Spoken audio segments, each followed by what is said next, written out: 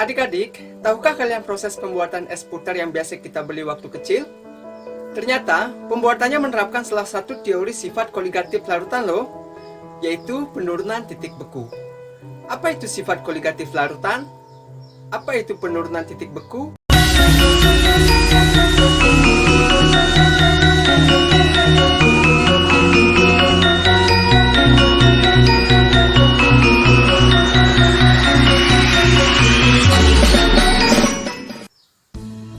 Om Swastiastu, Assalamualaikum warahmatullahi wabarakatuh. Shalom, salam sejahtera bagi kita semua. Namo Buddhaya.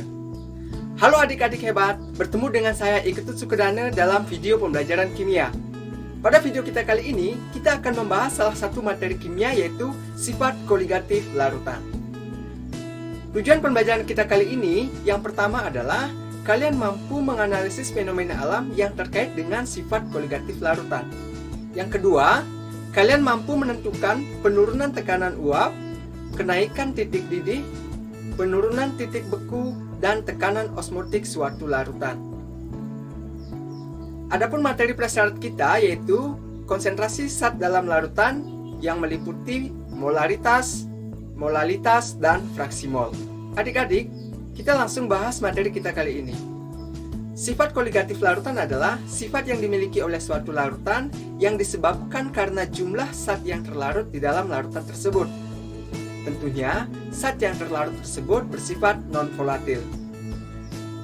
Adapun jenis-jenis sifat koligatif larutan yaitu yang pertama adalah penurunan tekanan uap jenuh, yang kedua, kenaikan titik didih, yang ketiga, penurunan titik beku, dan yang terakhir adalah tekanan osmotik.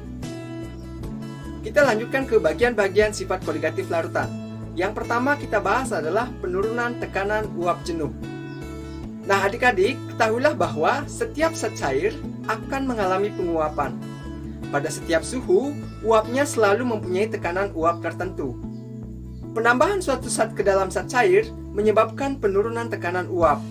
Hal ini disebabkan karena zat yang terlarut tersebut akan mengurangi bagian atau fraksi mol dari zat pelarut. Sehingga kecepatan penguapan zat pelarut akan mengalami penurunan. Untuk lebih memahaminya, perhatikan gambar pada ilustrasi berikut.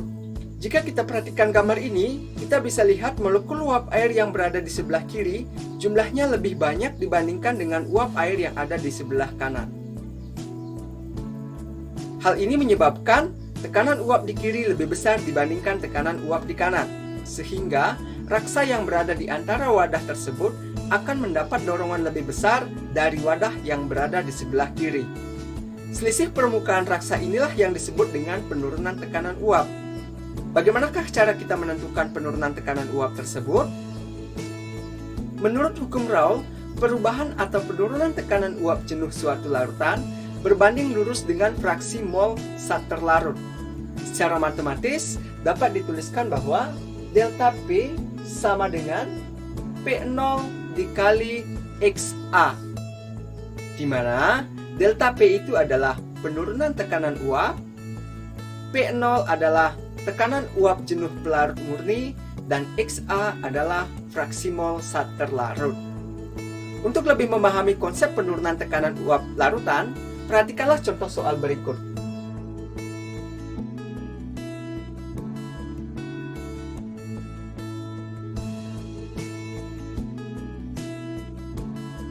Bagaimanakah cara menyelesaikannya? Nah, yang pertama, kalian harus menentukan mol dari air dan mol glukosa. Mol air sama dengan massa air dibagi massa molar dari air. Massa air, karena larutan masanya 100 gram, sedangkan zat terlarut sama dengan 18 gram, sehingga massa air itu sama dengan 100 dikurang 18 gram. Dibagi massa molar dari air. Mol air sama dengan 4,55 mol. Yang kedua, kita akan tentukan mol glukosa. Mol glukosa sama dengan massa glukosa dibagi massa molar glukosa. Dari perhitungan, kita akan mendapatkan mol glukosa sebesar 0,1 mol. Setelah mendapatkan masing-masing mol tersebut, barulah kita akan menentukan fraksi mol zat terlarut. Rumusnya adalah fraksi mol glukosa sama dengan mol glukosa dibagi mol air ditambah mol glukosa. Diperoleh fraksi mol glukosa adalah 0,22. Langkah yang terakhir, kita akan menentukan penurunan tekanan uap larutan.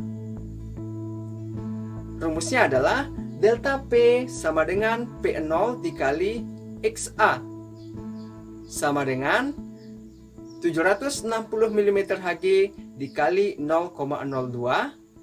Hasil akhirnya adalah 15,2 mm Hg.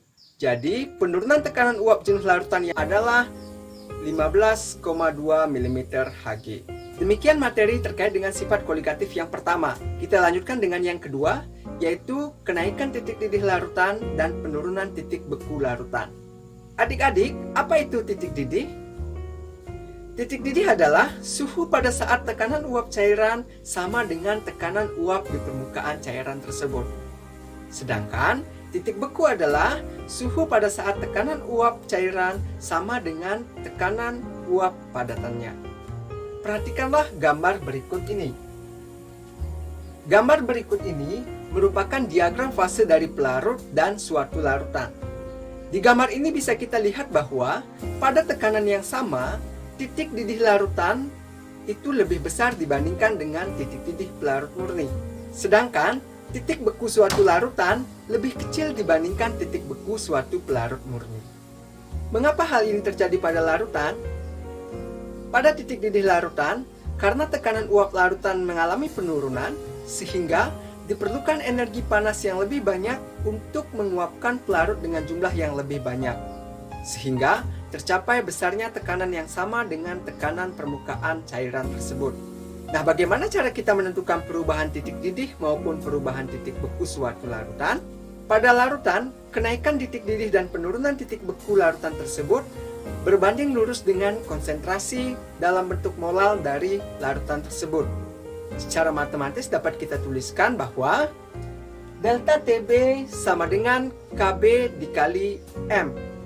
Dan untuk penurunan titik beku, delta TF sama dengan KF dikali M, di mana delta TB ini adalah kenaikan titik didih, KB adalah tetapan kenaikan titik didih molal pelarut, delta TF adalah penurunan titik beku larutan, KF adalah tetapan penurunan titik beku molal pelarut, M itu adalah konsentrasi dalam bentuk molal. Kita lanjutkan sifat koligatif yang terakhir, yaitu tekanan osmotik. Pernahkah kalian mendengar istilah osmosis? Osmosis adalah proses perpindahan pelarut dari larutan yang lebih encer ke larutan yang lebih pekat. Untuk lebih jelasnya, perhatikan gambar berikut ini. Pelarut dari sisi kiri berpindah ke larutan sisi kanan akibat perbedaan kepekatan larutan. Aliran pelarut ini dapat kita hentikan dengan memberikan tekanan lebih pada larutan yang lebih pekat. Tekanan tersebutlah yang disebut dengan tekanan osmotik. Sekali lagi, tekanan osmotik adalah tekanan yang diperlukan untuk menghentikan aliran pelarut murni ke dalam larutan. Menurut Van Hoff, tekanan osmotik larutan-larutan encer dapat dihitung dengan rumus yang serupa dengan persamaan gas ideal, yaitu P dikali V sama dengan N dikali R dikali T. Atau P sama dengan N per V dikali R dikali T. Bisa juga P sama dengan M dikali R dikali T.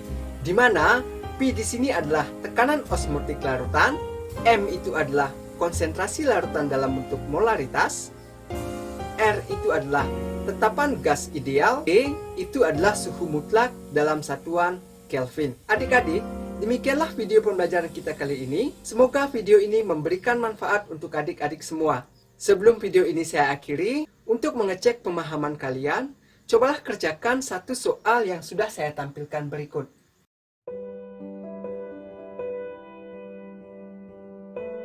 Nah, bagaimana?